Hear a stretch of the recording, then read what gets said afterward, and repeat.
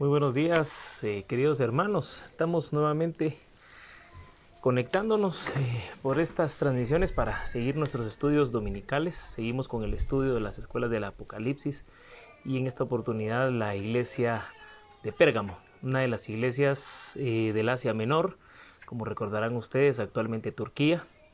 Una iglesia que se caracteriza por ser la iglesia mundana, la iglesia que no brilló, la iglesia que dejó a un lado sus prácticas en cuanto al amor a la palabra, la práctica de las buenas obras, las buenas acciones y sobre todo la fidelidad a Dios, que como podemos estudiar a lo largo de la historia bíblica, es algo de lo que Dios condena, la idolatría y el irse en contra de Dios a través de dioses ajenos.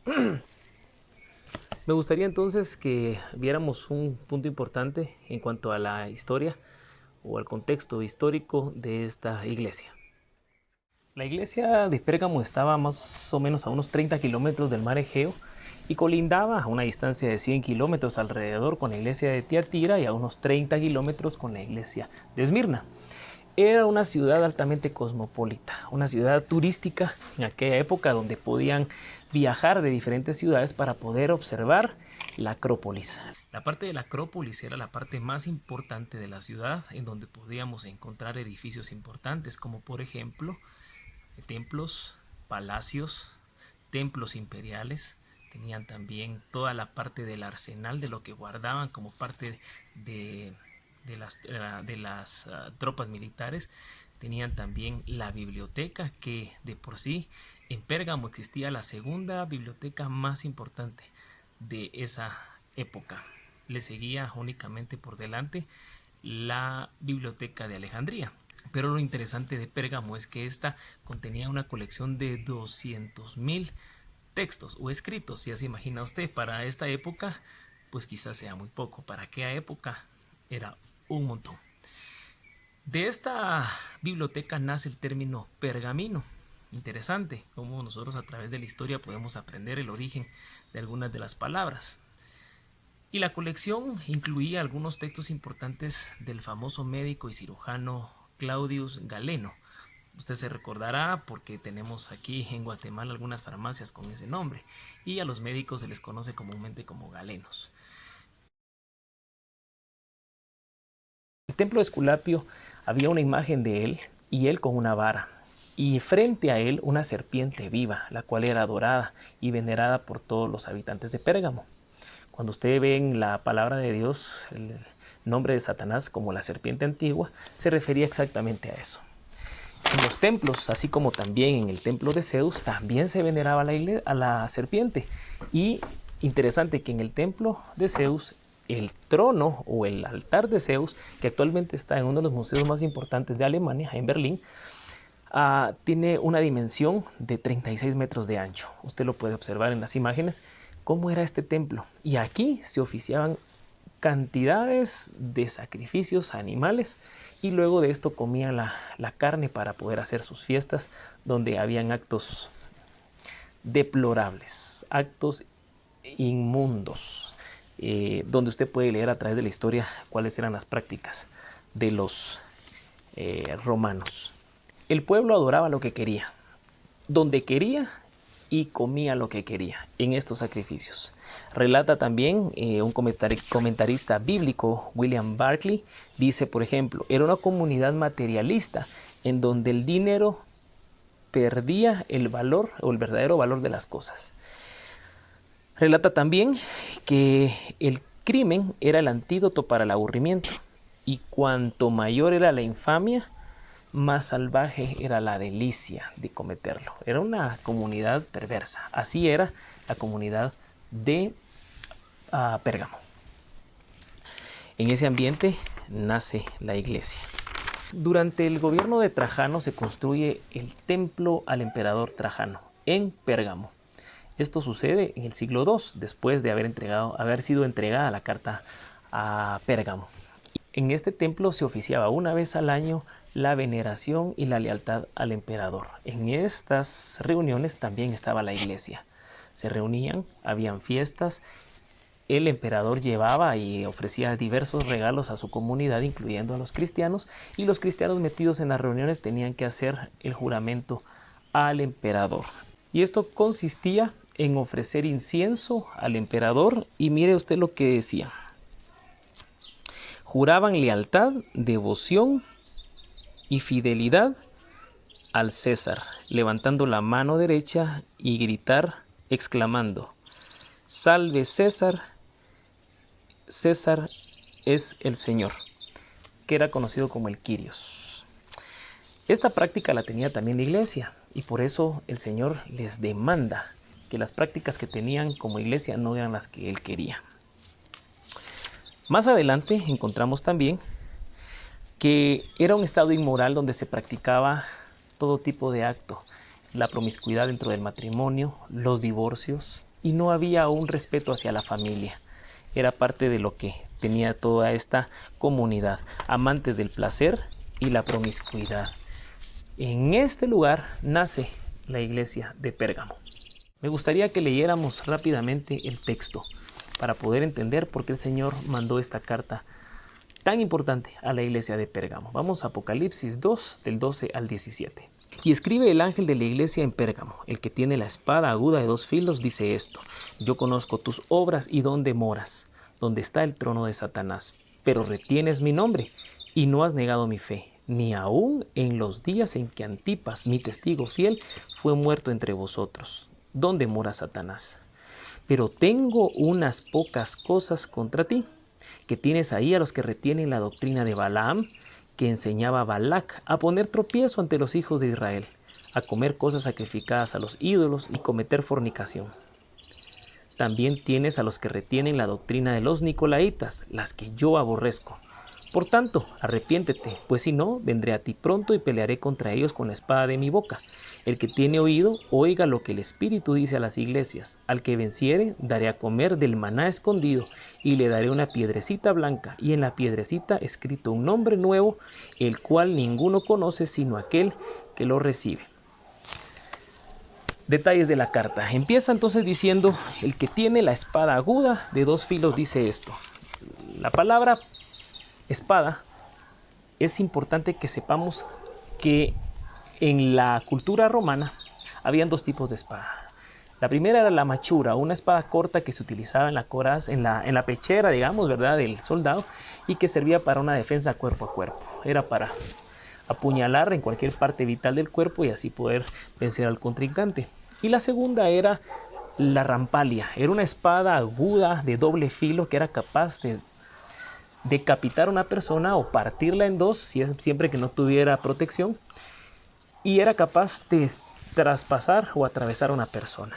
Esa es la espada a la que la palabra de Dios se refiere en el libro de los Hechos, capítulo 4, versículo 12, que dice: Porque la palabra de Dios es viva y eficaz y más cortante que toda espada de 2 filos, y penetra hasta partir el alma y el espíritu, las coyunturas y los tuétanos, y discierne los pensamientos y las intenciones del corazón.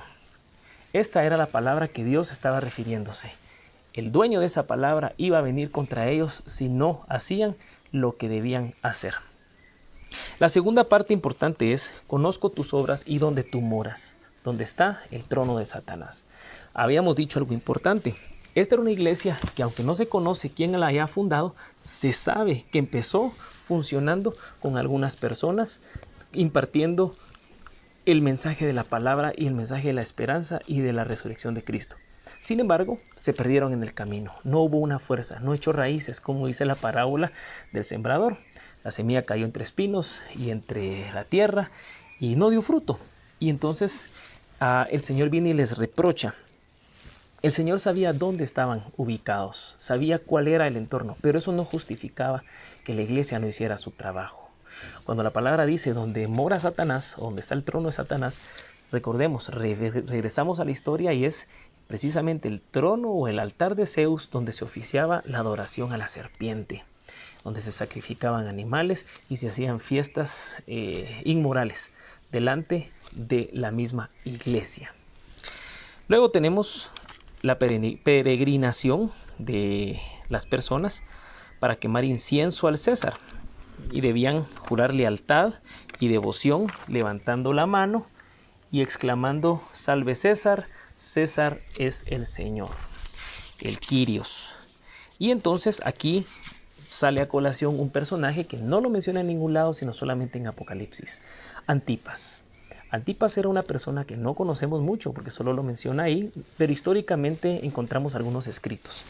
Antipas era un esclavo romano que empezó a trabajar con la iglesia de Pérgamo predicando la palabra de Dios. Sin embargo, en una de estas peregrinaciones anuales, donde se reúnen en el templo de Trajano para rendirle culto y lealtad al emperador, Antipas es el único que se resiste. Todos levantan la mano, hacen la exclamación, pero el emperador se da cuenta y le dice a un soldado: por favor, ve a verificar si ese hombre que está ahí está ciego o está sordo, porque todo mundo me ha jurado lealtad y todo mundo está en contra de él. El soldado se acerca a Antipas y le pregunta: ¿tú estás sordo? ¿Tú estás ciego? ¿No estás viendo que todo el mundo está en contra de ti? Y Antipas le da una respuesta que para mí me parece la que todos nosotros debiéramos tener. Ve y dile al emperador que todo el mundo no está en contra mía. Antipas está en contra del mundo. Y yo creo que esa es la reacción que tenemos muchos de los cristianos. Estamos en contra de la corriente del mundo.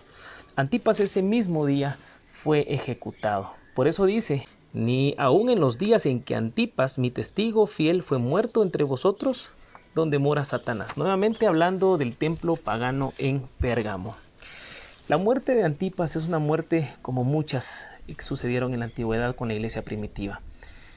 Antipas fue sacrificado, muerto en el toro de Farías. Usted lo puede ver en las imágenes. Era una especie de toro forjado en bronce, y en la parte de abajo, en la panza del toro, se le prendía fuego y adentro se le echaba agua o aceite, depende de la pena, y era hervido o cocinado, literalmente, la víctima. Antipas ese día terminó con su ministerio siendo un mártir. La palabra de Dios lo menciona: mi testigo fiel. La palabra testigo viene de la palabra griega marturero, y marturero se deriva con el tiempo la palabra martirio o mártir. Cuando la palabra menciona, por ejemplo, que aquellos hombres murieron dando buen testimonio, se refiere a eso. No al hecho de que hayan hablado bien de Cristo, sino que murieron por causa de Cristo.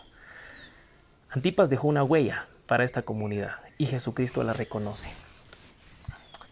Más adelante encontramos también que el Señor les reclama la doctrina de Balaam. ¿Impuesta por quién? Por Balac.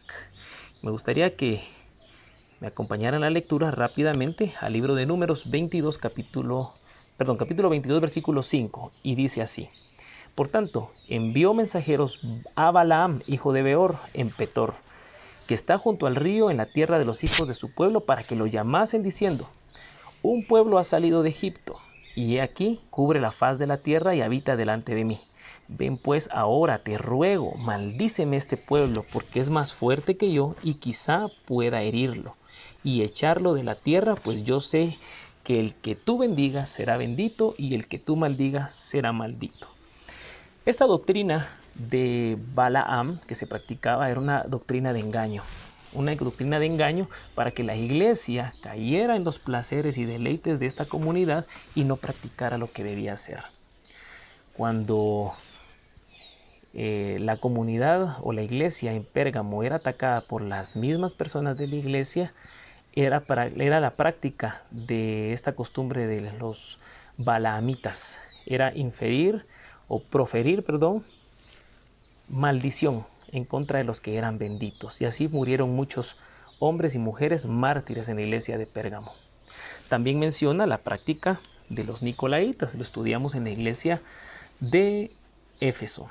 Los nicolaitas eran personas que habían buscado el dominio sobre la comunidad y impartían sus doctrinas de modo de torcer la verdad y hacerlos caer, al grado de llegar a los actos inmorales de la fornicación. Pablo en 1 Corintios habla acerca de los animales sacrificados, pero también en Tesalonicenses nos habla acerca de las prácticas de la fornicación, de cómo la búsqueda de la santidad es el apartarse de toda fornicación. Usted puede leerlo en su casa.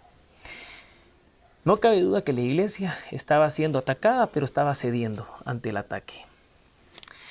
Más adelante encontramos también que los nicolaitas Venían de una persona que se constituye que fue obispo de alguna de estas iglesias en Éfeso, y este hombre juntó un grupo de seguidores, los cuales pervertían a la iglesia. Nicolás, que viene de las dos divisiones en la palabra, Nico, que viene de dominio o poderío, y laos, de laicos. Entonces la palabra es dominio sobre personas. Esto el Señor lo aborrecía porque el Señor llamó a libertad a la iglesia. De por sí vivían bajo un imperio y bajo persecución, y que encima estas personas que estaban dentro de la iglesia quisieran hacer lo mismo, eso para Dios era aborrecible. Hay de aquel que haga caer a alguno de mis pequeños, dice la palabra, y eso está aplicado hasta la fecha. Las exhortaciones, arrepiéntete, es lo que la palabra dice en cuanto a las prácticas de la iglesia. El arrepentimiento, hermano, usted tiene que saber que no es después de pecar, como muchas veces lo escuchamos, o quizá hace mucho tiempo usted aprendió, como yo en algún momento entendí que el arrepentimiento era después de pecar hay que arrepentirse, o arrepiéntete de tus pecados. Bueno, el arrepentimiento es antes, hermano. ¿Sí? Si usted pecó, lo único que puede hacer es pedir perdón, porque la infracción ya está cometida. No puede arrepentirse de algo que ya hizo. Usted puede arrepentirse antes de que se convierta en transgresión. La tentación no es pecado, sin embargo la tentación nos lleva al pecado. Cuando usted sea tentado, hermano, es ahí donde usted puede arrepentirse. El antídoto para la tentación es el arrepentimiento. El antídoto para el pecado es el perdón. Y esta iglesia no se había ni arrepentido ni había pedido perdón. Interesante, porque si nosotros no estamos en un constante arrepentimiento, es muy fácil pecar. Tiene que tenerlo clarísimo. Entonces, arrepiéntete. Si no, dice, vendré a ti pronto. Y ese vendré a ti pronto habla de juicio. El Señor está pronto a venir. Y va a venir a juzgar a este mundo con una vara de hierro, dice la palabra. Y nosotros, que no somos parte de ese juicio, vamos pronto a vernos con Él al sonar de la trompeta, como dice también Pablo y como lo dice también Apocalipsis. Entonces, dice, y pelearé contra ellos con la espada de mi boca. Esa espada que habla en el primer versículo que leímos es la misma que habla el libro de Hebreos. La espada de dos filos que penetra el corazón del hombre. Con esa espada el Señor iba a venir a vencer la mentira y el engaño por medio de la verdad. Nosotros tenemos esa tarea hoy en día, luchar contra las fuerzas del engaño a través de la verdad en Cristo Jesús. Y por último, la recompensa. Esta recompensa, hermano, está dividida en dos partes. Son dos regalos que tiene la comunidad de Pérgamo y nosotros también. La primera era el maná escondido. Cuando usted escucha maná, pero no el grupo, sino la palabra maná, tiene que regresarse al Antiguo Testamento, cuando el Señor prometió en Éxodo que iban a comer todos los días una porción justa. El que agarraba más, pues iba a comer lo justo, se le iba a volver menos, y el que tenía menos se le iba a volver más. Eso era lo lindo y lo milagroso del maná. Sin embargo, habían unas personas que por temor, por duda, así como nos pasa ahorita en esta época, que tenemos miedo, que si salimos, no salimos, que si nos encerramos, que si compramos, que si no compramos. Así había muchos hebreos en aquel entonces, guardaban un poco más del maná, pero ese maná se podría, se arruinaba. Y entonces el Señor les decía, no pueden acumular, no pueden tener, ese maná escondido se les va a arruinar. Pero en esta ocasión el Señor les dice, como cuando un padre premia a su hijo. Yo recuerdo en modo personal, cuando yo aprendí a nadar, lo hice con mi papá, me ofreció un premio. Me dijo, si nadas hoy, yo te compro lo que vos has querido. Y era un muñequito, me recuerdo, de McDonald's. Y ese día aprendí a nadar, porque quería la recompensa, y mi papá me la cumplió. Así es Dios con nosotros. Y en este caso el Señor está ofreciéndoles a ellos lo que tanto quisieron. Ustedes tienen miedo de pasar escasez, no se preocupen. Hasta ese maná escondido se los voy a dar para que lo tengan. El Señor les está ofreciendo provisión a esta iglesia. A pesar del sufrimiento, a pesar de las circunstancias, provisión. Y la segunda es la piedrita, que en la historia romana hay algunas versiones en cuanto a esta figura. La primera es que era una invitación. El anfitrión de la fiesta escribía un nombre en esa piedrita y la partía en dos. y la entregaba al invitado. El invitado tenía que llegar y cuando se presentaba unían las piedras y si coincidía el nombre entonces podía entrar. Si no coincidía pues no entraba. La segunda era en las cortes romanas, la piedra blanca y la piedra negra. La piedra blanca era que la persona estaba absuelta, o al menos temporalmente. Y la piedra negra era la persona que estaba condenada. Se ponía piedra blanca para absolver o piedra negra para condenar. Y la tercera era la piedra que se utilizaba para los eventos de votación. La piedra representaba un voto. Si yo tenía una piedra, yo podía votar. Si yo tenía 2 o 3 piedras, pues tenía mayor cantidad de votos. Es decir, mi voz tenía más peso que el de los demás.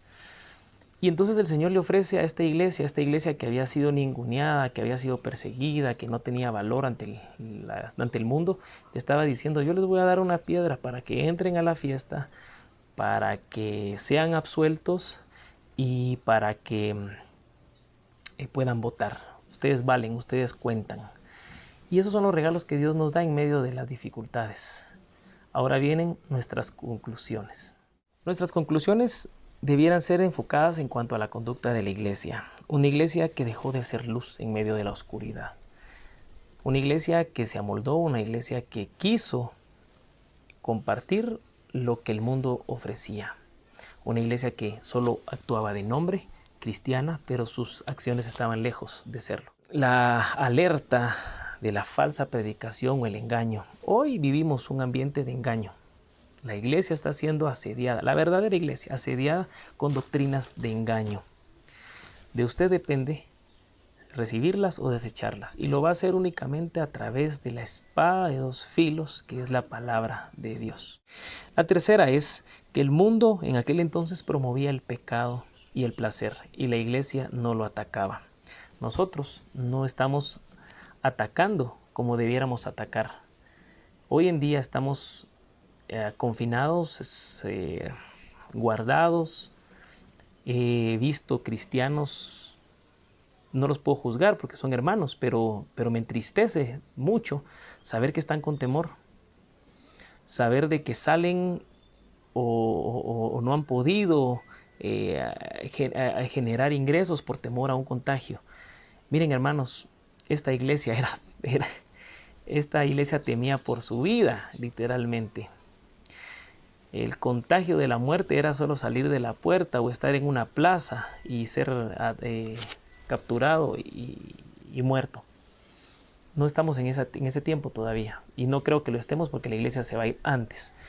Pero me entristece mucho saber que muchos cristianos tienen miedo en su casa, porque el miedo es la antítesis de la fe. Y sin fe, mi querido hermano, es imposible agradar a Dios. El miedo hay que enfrentarlo, así como lo hizo Antipas, así como lo hizo Pablo, así como lo hizo Esteban, así como lo hizo Pedro. Todos los hombres y siervos de Dios enfrentaron el miedo. Mientras le huyamos al miedo, estamos siendo víctimas, presas del diablo. Y nosotros somos hijos de Dios. Y la cuarta es que la palabra del Señor no era utilizada como debía hacerse. Ellos tenían una espada más fuerte, más ágil, más filosa que las espadas romanas. Y la iglesia no la supo utilizar. Aprenda a utilizar su espada, hermano. Estamos en tiempos difíciles. Pero no por eso vamos a dejar de confiar en el Señor. Recuerde, tenemos nuestro canal de YouTube, donde usted puede escribirnos. Tenemos nuestra cuenta de Facebook de la iglesia. Y tenemos también nuestro chat personal, íntimo de la iglesia, en Luz del Mundo, donde usted puede hacer sus preguntas.